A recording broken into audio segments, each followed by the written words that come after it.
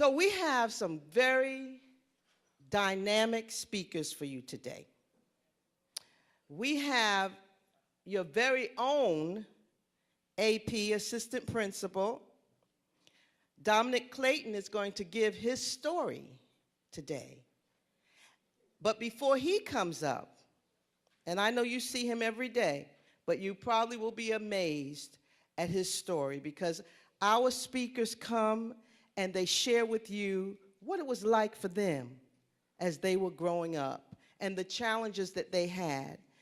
And we do this so that you're able to see in your present state who you are now, able to see that no matter what you go through in life, it's all about your decisions within you. Perseverance, that's what our superintendent said last month, Superintendent Gent. He talked about how he failed many times, but he never gave up. He was determined to become what he is today. And today, he is superintendent of St. Lucie County Schools. You can give him a hand for that, yes. And then I mentioned last month about some of the things that I went through as a child. I had a young man, he's probably here today, but I won't embarrass him and ask him to stand or what have you, but I met him out in the community after we spoke, and he said to me, he says, you know what? Your story really encouraged me last month, and I've been thinking about it. So that is what this is all about. So at this time, without further ado, I want to say one more thing. We are being recorded for television. Yeah. So that means that you have been selected for all schools. Every student in St. Lucie County will be able to hear the speakers each month over and over again on our school channel. So yeah, put your hands together for that. That's a good thing. So not only are you benefiting from this, but all of the students in St. Lucie County is benefiting from your Speakers Bureau here at Westwood. We are doing some great things here at Westwood, aren't we? Okay, at this time, our first speaker is Commissioner, Attorney, Reginald Sessions.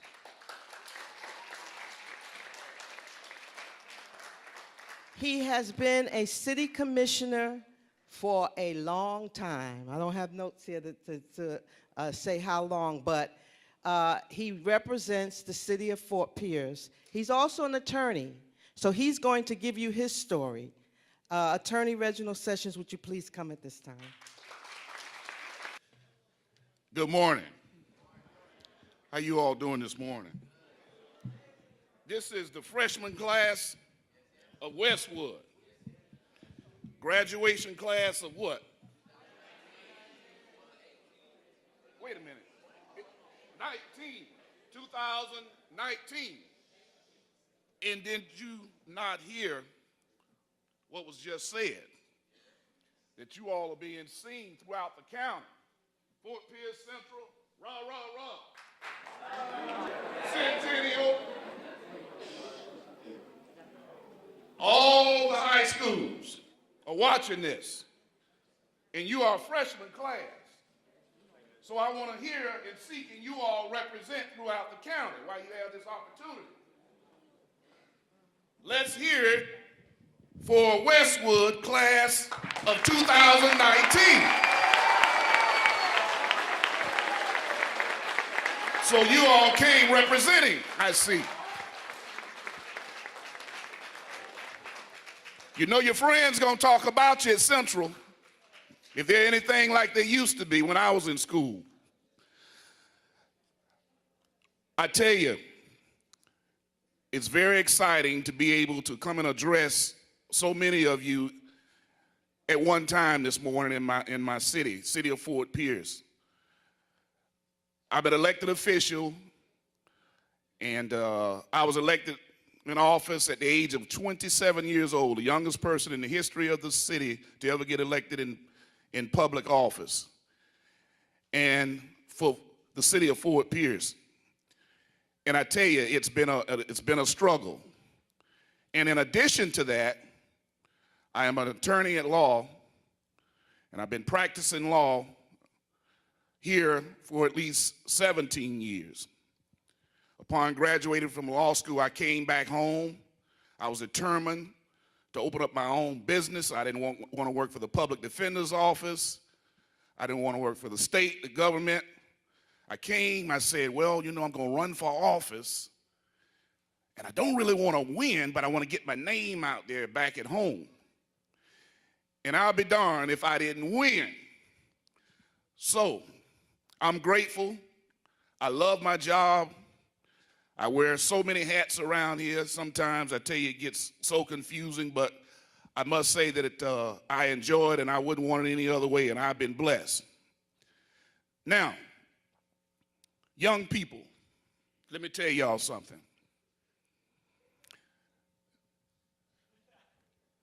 You all have these adults pulling their hair out. Y'all got them going crazy around here. And I got to give you credit for that.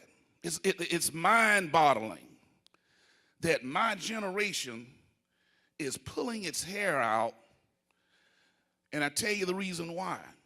It's a challenge for them to be able to figure you all out. They say it's a generation gap. They don't understand you. You don't understand them. You don't listen. You're not patient. They have so many ideas of what the problems are. You got them taking college courses trying to get into your mind so they can stabilize you. They're talking on the phones overnight about how they cannot get into your minds to make a change. You all have it at this point. You all have it to the point that it's very, very mind-boggling, where they can't figure out why you all don't want to listen, according to them. And they can't figure out why they can't get your attention. And even more important than that, maintain your attention. I give y'all credit. You all got them thinking on their feet. But it's all about being able to share some of this American dream. And the American dream is being successful on so many different levels. The measure of success doesn't necessarily have to be an individual with a PhD, a Bachelor of Science, a Bachelor of Arts. Nowadays, entrepreneurs are making just as much money as doctors are. Right here, the city of Fort Pierce, marine mechanics make $150 an hour. $150 an hour. And that's with a technical degree. I know, because it's hard for me to find one when I want to have my boat fixed. And when I do, he starts off at $200 an hour. But I tell you, I say that to say this. College is not for everybody. And by all means, I encourage you to get an education, because that's what it's going to take in order to succeed or achieve in life. But there are so many different levels that you can explore. Now, I told you earlier that y'all got them thinking. They can't figure you out. I know they come at you a lot of times. They want to be your friend. I'm talking about the adults now. Y'all may not invite me back here again, but I'm going to lay it down to you like it is. They come to you a lot of times, including myself. I've learned. Take that friend approach to them. Make them feel comfortable. But guess what? I'm not your friend. Your friends are individuals that would expect the same behavior of you, regardless of whether you're right or wrong. They will accept that. But I have high expectations of you. And my expectations of you are for you to deviate from, in some instances, which is the norm, to achievement. Now, ninth graders, I'm not talking to fifth graders. You all know what the issues are, or lack thereof, from your perspective as to what you should be doing. You know what they are. And your behavior in itself stems a lot of times from something that's so serious. Peer pressure. Peer pressure. Peer pressure is devastating. You know, that thing that you get from your boyfriend or your girlfriend, it's devastating sometimes. You know who the bad people are versus the good. I tell you, I represented a young lady once when I first started practicing law. As a matter of fact, she was a graduate of Westwood High School.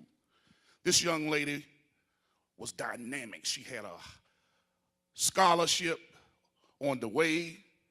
She was all conference in basketball. She was a beautiful young lady as she is today, but she had everything in the world going for her. And she got caught up with the wrong crowd.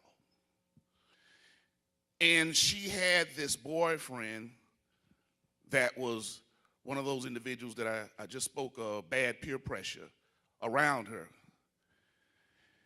And she happened to get in the car along with the boyfriend and two other friends, and she was in the front seat. Boyfriend was driving, and his two friends were in the back. And lo and behold, they went and robbed a corner store. And when she got in the car, it was, well, we are headed to Pepper Park and hang out.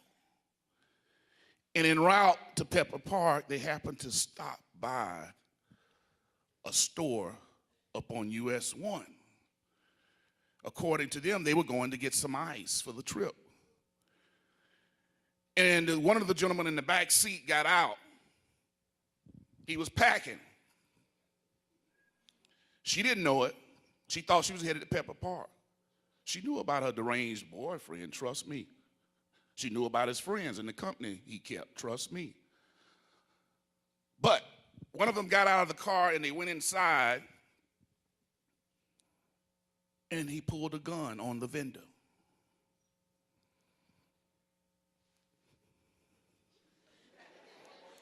I never could understand why they hold it like that. I don't know. Maybe it's something about the pressure. And he demanded that he give him all the money. And lo and behold, guess what? He achieved what he went in there to do. With a gun to his head, the vendor gave him the money. And he got in the car, and at that point, this young lady, I almost said her name, but this young lady realized what was going on. Said, hey, wait a minute, what you all doing? Oh, come on, you with the program, blah, blah, blah, blah, blah, blah. No, let me out. Come on, we're not gonna let you out. You in it for the long haul. You came, you with us. You gonna stay with us. Guess what? Within 24 hours, they were knocking on the parents' door, all four of them, with a warrant. Lo and behold, her father, at that point, believed in her. He didn't give up. He came to see me. And in doing so, I found out what actually happened. And she was an innocent bystander, young people. She was just at the wrong place at the wrong time, but she let that peer pressure put her in that position. and she lost everything. Everything. We were able to keep her out of jail, but as far as her future was concerned, it was gone out the window. And today she has a testimony, and she could be here and stand here before you and tell you that peer pressure is something else. Because what happens is that your choice of friends may determine the fate of your future, your destiny. And there's nothing worse, young people, than not being in control of your destiny. At that point, an individual is in control of your destiny by the name of perhaps Judge Vaughn, Judge McCain, Judge Shack, Judge Barnes. They wear white robes, and they just point the finger at the bailiff. And when they do that, guess what? You join a whole lot of people that walk around like this all day long.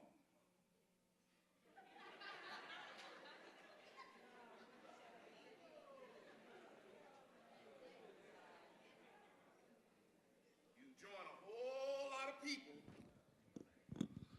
that perhaps make you start feeling at home. They don't do it for the fad, folks, because they're there. If you don't do it, then you got some more issues.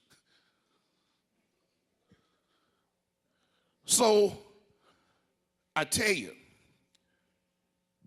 your destiny right now at this point, I would just love to be able to be back where you are at this point, because you determine what direction you're going in at this young age. And I know y'all got the spirit. I'm overwhelmed by what I heard. I know you got the determination. I'm overwhelmed by what I heard. I know you all want to stand out and make a difference. You're distinguished.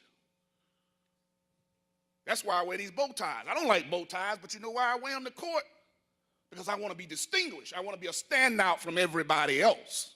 I want to stand out. I want to be identified with. I don't want to be a part of the norm. I want to be different so that I can obtain favor. And that's very, very, very, very important. And it's so simple. Trust me. It's so simple for you all to stand out.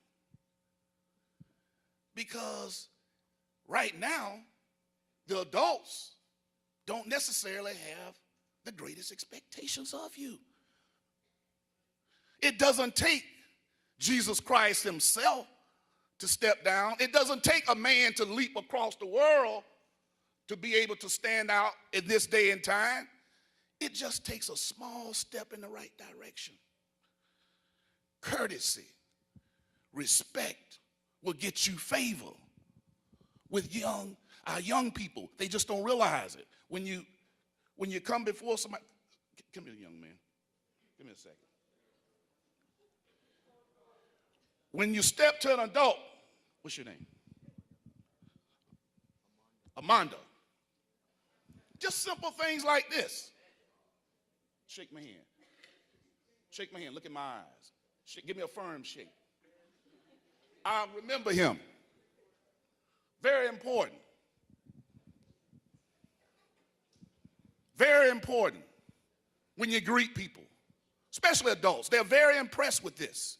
Let me tell you how to get into their minds. It's mind-boggling to them because they want to see and try to figure you all out. But let me tell you how you impress upon them and gain favor so that you can achieve and succeed, because they have the things that we want. And you want to be impressionable. Look at them, eye to eye. Shake their hands. Give them a firm shake like Amanda just did. Yes, ma'am. No, ma'am. Oh, Lord, have mercy.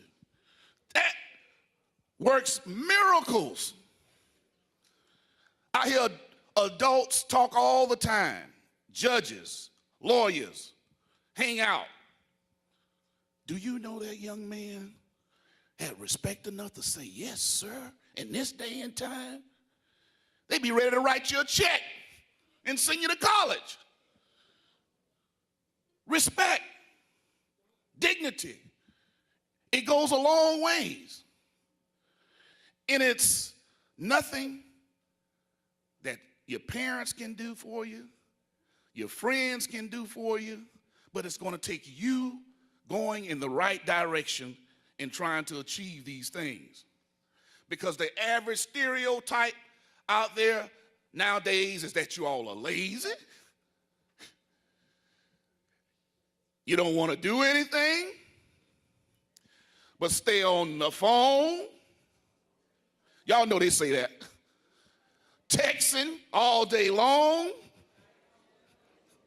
playing computer games, Facebooking, Twittering, hanging out with your friends. Y'all hear it? I know you do, because I hear it about you. So with that in mind, all you all have to do is make a very, very diligent approach to this thing so you can get in their minds and obtain favor. Motivation and drive. Be impressionable. It will gain favor. I know it. I see it. But greatness is within you all. You have greatness in store. Each and every one of you were created by a mastermind. And with that in mind, no matter what they say, you all have greatness, but it's just a matter of just pulling it out, exercising it, utilizing it. And it's not that complicated. Very, very, very simple to do.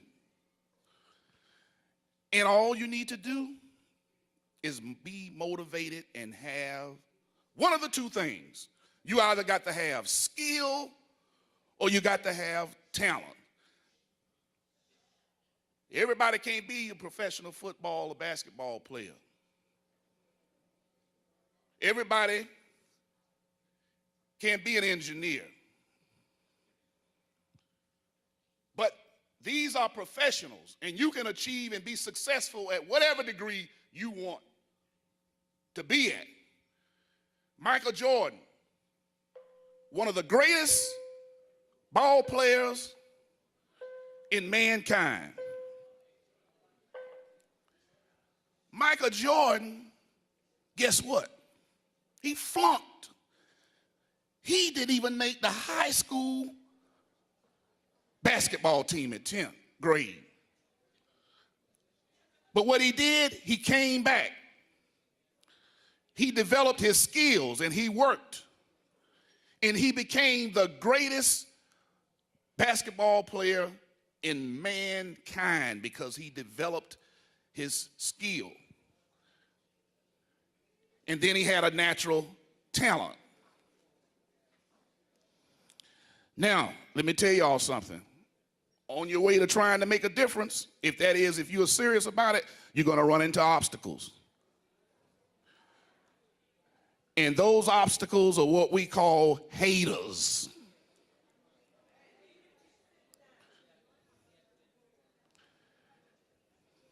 Haters. And haters would never see anything positive about what you do. And that's why you don't even need to surround yourself with them. Separate yourself with them. If they can't encourage you and motivate you, separate yourself from them. Again, I'd like to say that I'm grateful for this opportunity. I grew up right here in the city of Fort Pierce, right over on a place called 22nd Street. I see some of my neighbors out there.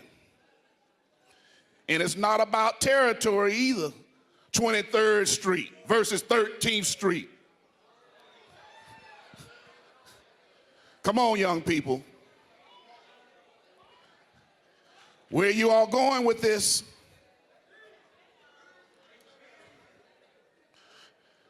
We have got to stop being so territorial about the small issues, because at the end of the day, what you all are griping about will get you in a position that you are no longer in control of your destiny. Has nothing to do with your environment and where you are. My grandparents raised me. And I'm grateful for that.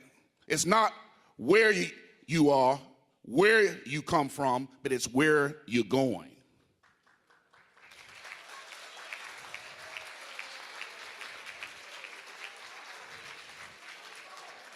Westwood High School, 2019. Let me hear you say,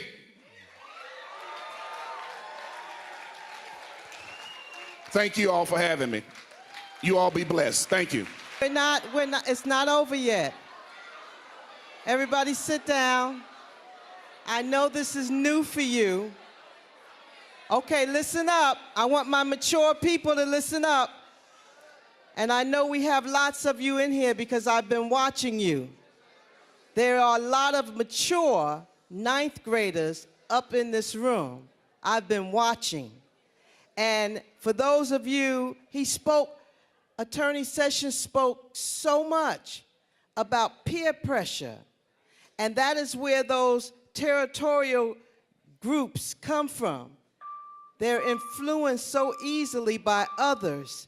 But for those of you that are not going to allow yourself to be influenced by others, you will be the next successful people in this community. Give yourself a hand. Now, I understand that this is new for you. I understand it's new for you. And I know that you didn't mean any disrespect by getting up. You thought it was over. But you have not heard the second speaker yet. And we come here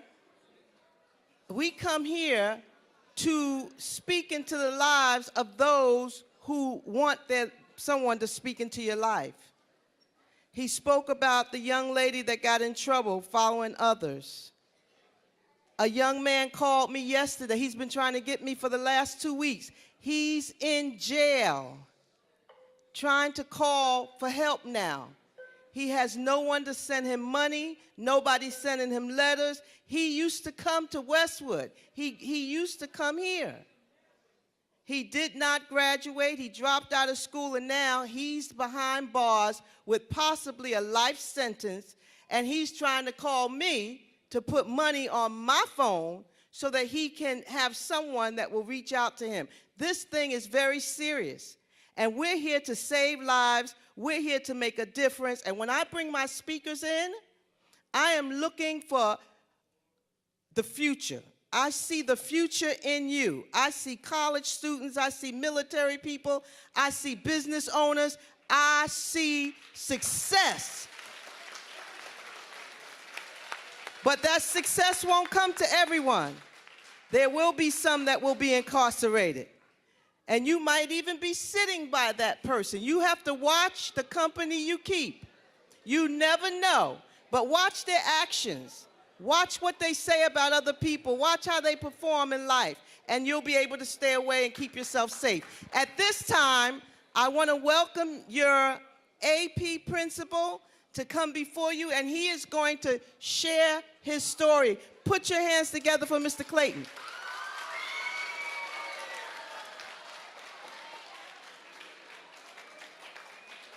Okay, wait. Maybe he didn't hear me. Put your hands together. Oh, wait.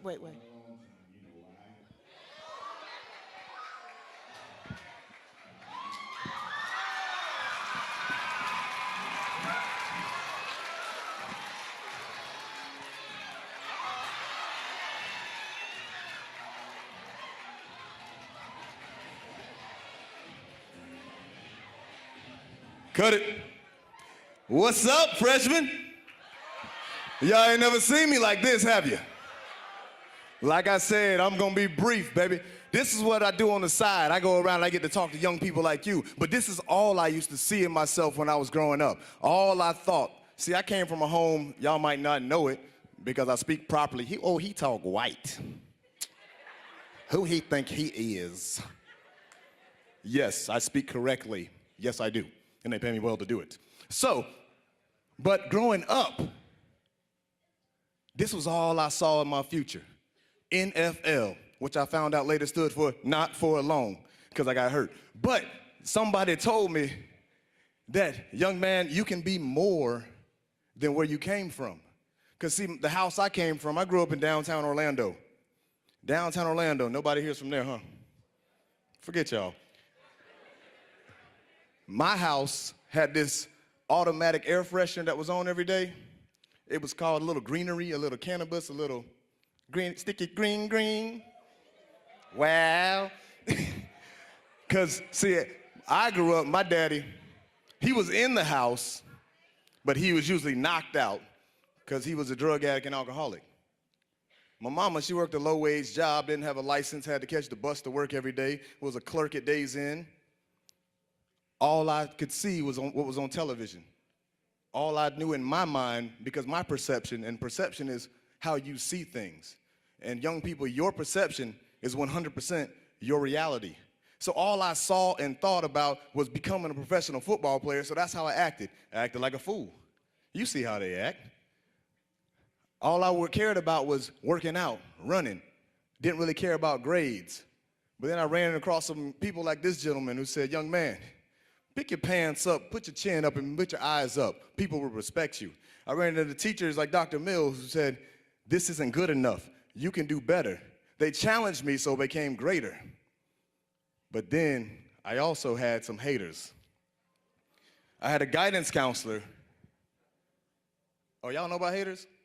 I had a guidance counselor. See, we moved. My parents said, we're going to get you out of Orlando because let me tell you one thing about life I know. Change is going to come. Change is going to come. And my dad decided he was going to change his life. So to change his life, he decided we got to get out of this environment. So he moved us to a place called Lake County.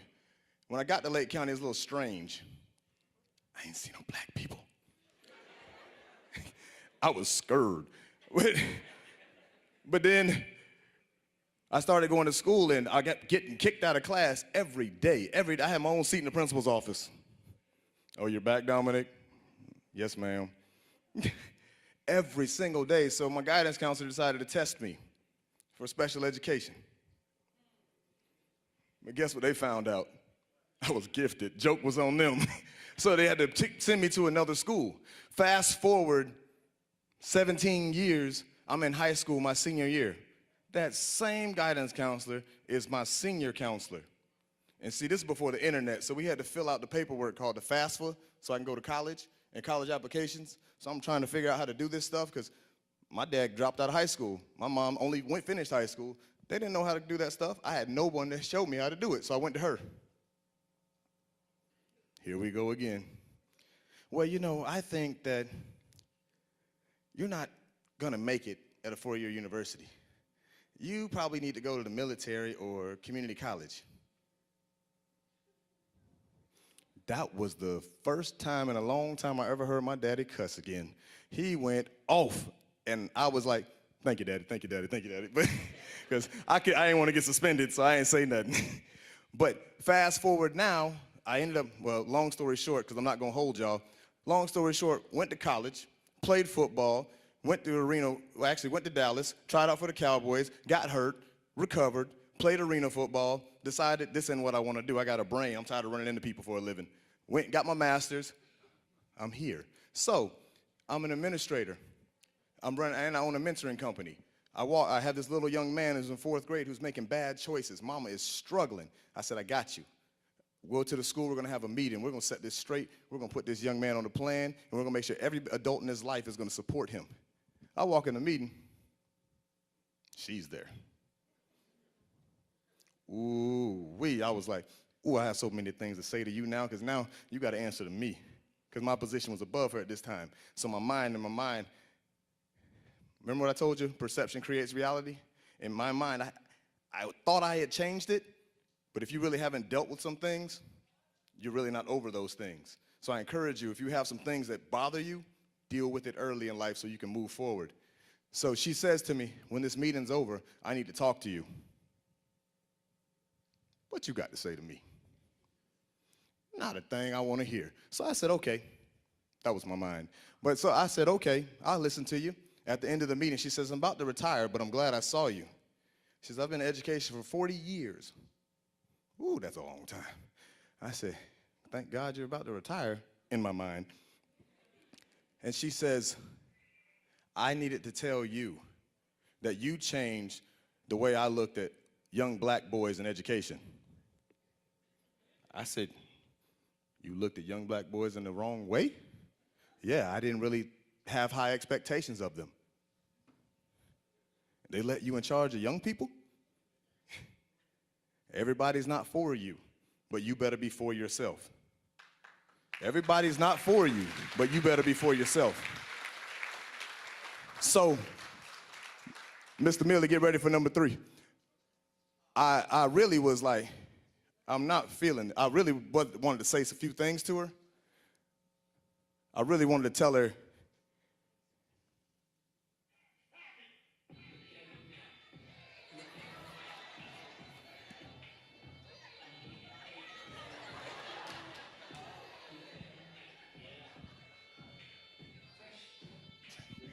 but I didn't say that.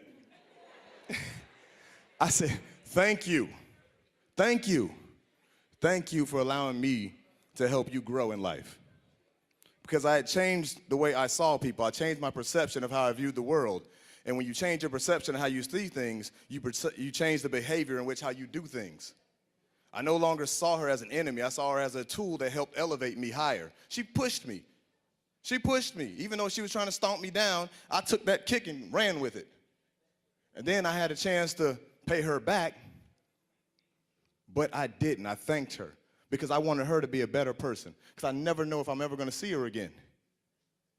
And I want my last impression to be better than my first impression if I ever get that opportunity because I know my first impression wasn't good. I want everybody to stand up, stand up, stand up, stand up, stand up. I know I'm blocking your camera, I'm sorry. Hands, both hands, all the way up. Both hands in the sky, all the way up. Reach them high, keep them up. Both hands in the sky. Both hands, I want them high, high as you can reach. Adults too, get them high, get them high. I don't know. Some of y'all aren't reaching where you want to be because you won't reach and put your hands up. You see, somebody talked about success a little bit ago. Let me tell you what I know about success. I said hands up, not mouths open. Let me tell you what I know about success and reaching. To reach success, you have to first reach for success. Let me say that again. To reach success, you have to first reach for success. But some of y'all are getting tired right now. Now, keep them hands up. I want to know who really wants to be successful in life. Does it hurt? Is it uncomfortable? Keep them up anyways. Are your grades tough to keep up? Yes, they are. Keep them hands up and keep reaching for it. Get off that phone.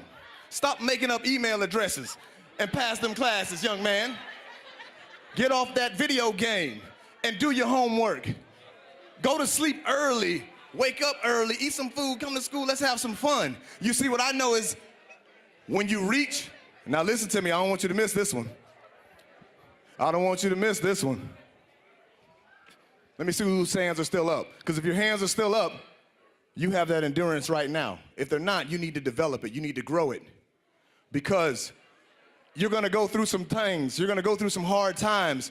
And if you're not willing to keep yourself exposed to criticism, if you're not willing to keep yourself exposed to those haters that are going to take shots at you, if you're not willing to listen and let somebody pull you up, because if you keep reaching down, it's easy to stay down there. But you got to get pulled up.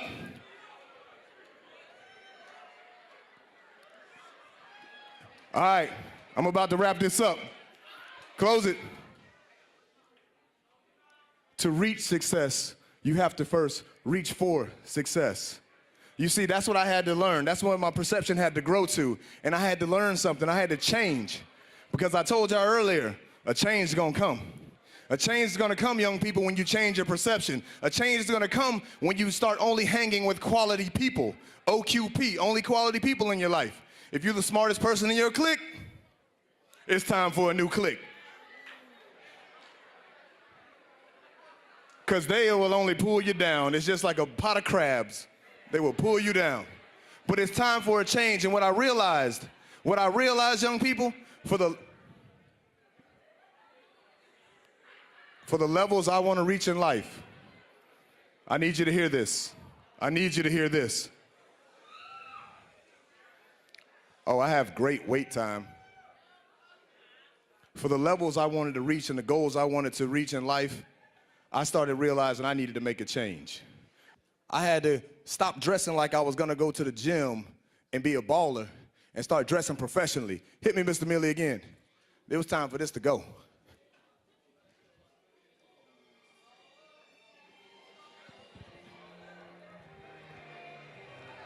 This ain't that kind of party.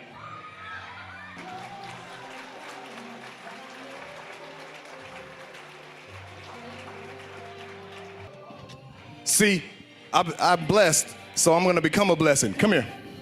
Yes, you, come here. You gotta reach back and help somebody out.